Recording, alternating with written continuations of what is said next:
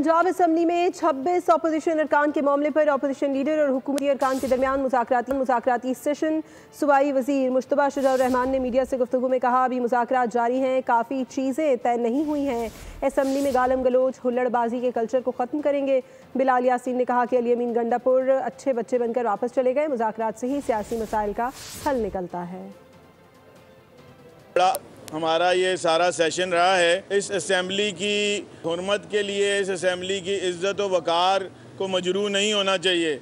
इस चीज़ पे हमने उनसे बात की है, अपोजिशन के अपने कोलीग से, भाइयों से, और बड़ी अच्छे तरीके से उन्होंने भी बहुत सारी बातों पे एग्री किया है। मगर ये है कि अभी हम इस पे फर्दर हमारी 1 या 2 और मीटिंग्स होंगी, जिसके बाद मामलात जो हैं वो फाइनलाइज होंगे।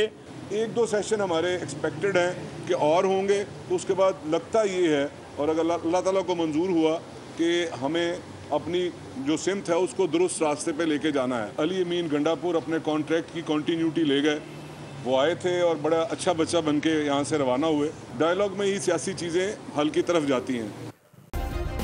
सब्सक्राइब करें और बेल दबाएं ताकि कोई खबर रह न जाए।